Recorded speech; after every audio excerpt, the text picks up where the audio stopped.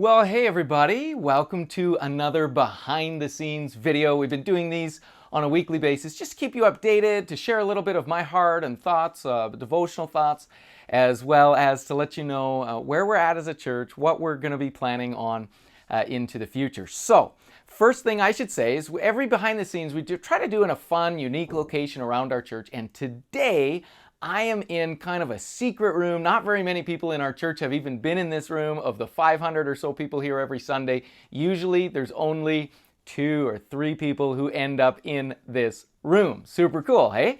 And there's probably only a handful of you who even know that this room exists. This is right here our nursing mom's room.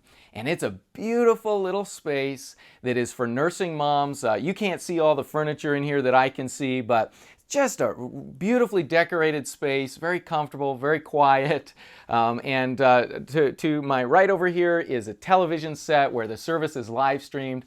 And nursing moms, you can come in here. It's right at our nursery entrance on the lower level. And you can come in here and use this on a Sunday morning. You can still watch the service, nurse your baby in peace and quiet and in privacy. And it's a super cool space. I'm so proud of it and I love it. And we've had it professionally decorated and designed, and it's just really, really nice space. So I got to kind of secretly sneak in here, come down here today because everything's blocked off. Actually, our whole lower level is closed at the moment. So I had to wear a hazmat suit just to get down here, and and I'm not allowed to touch anything, but just kidding. But really, we are keeping this area off limits for this season until, of course, everything goes back.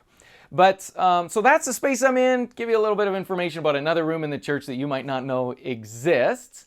Hey, I wanted to share with you one devotional thought before I get into some of what's going on in our church right now and let you know about how we're working at looking at returning to in-person services.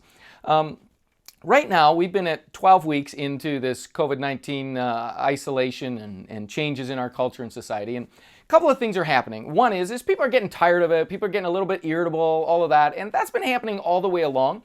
But right now, that might be increasing a little bit. And certainly this whole racism thing that's going on in culture and society, that has really amped up people's emotions and the intensity of what's going on in culture. And so what do we have to do with all of that? Or how do we respond to all of that? Well, here's what I want to encourage you. As things phase back into culture working together in this new normal, we have to be really wise and really careful to not judge each other, but to operate in love. And here's what I mean by that. As we phase back, everybody's going to do it a little bit differently. The rules are going to be confusing, and every family, every individual is going to have different views on, when do you wear a mask and when do you not wear a mask, and that church is doing it this way, and I can't believe that church, they did it that way, and what about this, and what about that, and I saw somebody at the golf course the other day, and they weren't social distancing, and you can go on and on of how many conversations you can have around this. What can you and I do? We can keep the right spirit in the midst of it all. And the right spirit means when we speak the truth, we do it in love, okay? It's not that we don't speak the truth. The right spirit doesn't mean we just become mushy and sweet and never say anything truthful. You're going to speak the truth, but you're going to speak the truth in a spirit of love, in a spirit of grace, in a spirit of uplifting. And you have to really watch, because whenever you start to feel superior or irritated, the wrong spirit starts to come out of us. So just watch your own heart in this. And anytime you start to feel superior, I can't believe I can't believe that. That's a superiority mindset right there. So as soon as you start thinking that way or saying those things, just catch yourself and take the other spirit where you're gracious, where you're thoughtful, where you realize it could be me that's wrong in this situation. I'm still going to speak the truth, but I'm going to do it in love. And I love Romans 14. It's a passage of scripture where Paul is encouraging the church to get along in some areas where they need to just figure out how to accept each other even though they see things differently. And here's what Paul says after giving all this great instruction on this. He says, if you serve Christ with this attitude, you will please God and others will approve of you too. In other words, you're going to be a pleasing person by doing it this way. So then, let's aim for harmony in the church and try to build each other up. Isn't that a great set of instructions?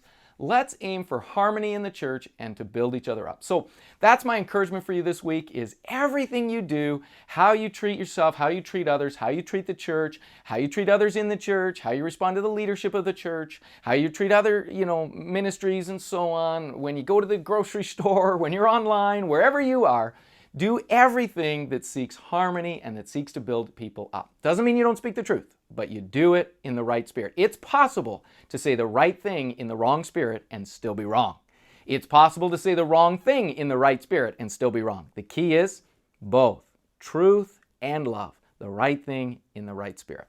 Okay, that's my devotional thought. So the question still remains, when are we returning to services as normal in our church, in person, all of that?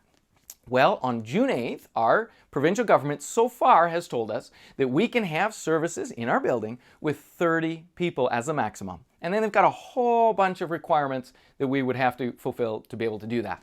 And really, our first Sunday for that would be June 14th.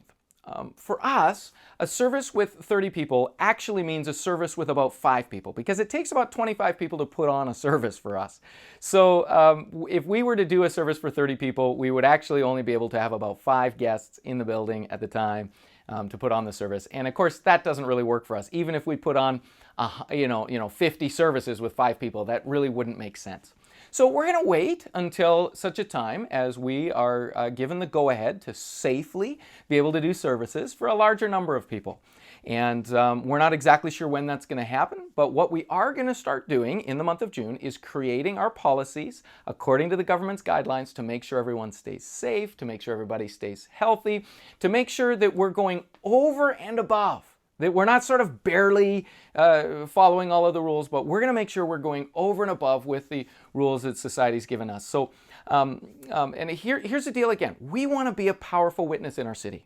Right now, in our culture, in our city, people are afraid of large crowd gatherings. And we know that as a church, that's one of the things we do. So we are going to be extra careful and extra wise about how and when we go back to this because we are all about being a shining light, right? In our culture, in our city, and we want to make sure everything we do is above reproach. So we're going to make sure of that. And what we're doing through the month of June is we're just preparing, we're training, we're going to build some teams around this. If you want to help with making sure we're following safety policy and guidelines, please contact us. We'd love to put you on a team to help us do that. But we're going to set all of that up through the month of June, and then we're hoping that sometime in July we'll be given the go-ahead to be able to have lots more than 30 people in the building, at which time we hope we'll be able to go to our in-person services. So keep us in your prayers and keep listening for further announcements on that, but that's where it's at currently.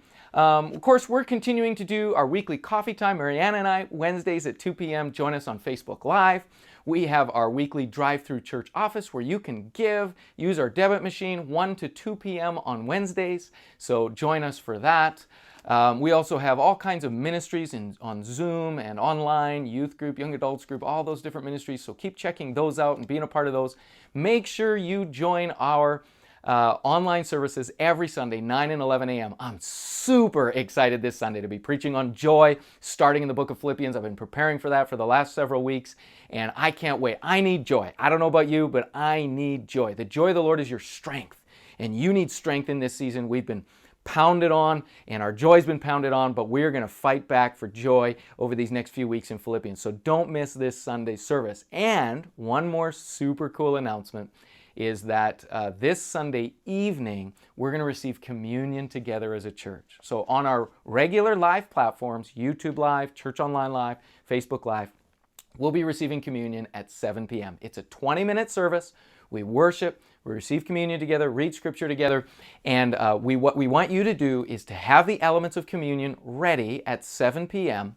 Log on, join us for that service, and receive communion with us. And the more of us, the better. Real special time that we'll be able to do. So those are all the things I want to share with you. Thanks for joining in for Behind the Scenes. We're praying for you. We're excited for what God is doing in your life. We know for many of you this is a tough time, but God is going to infuse you with His joy, with His Spirit. He's going to use these tough times to build something powerful into your life. So let God do that. Let God reveal the ugly things, and then let God transform those into beautiful things in this season. God bless you. We love you, and we'll see you Sunday. Thanks.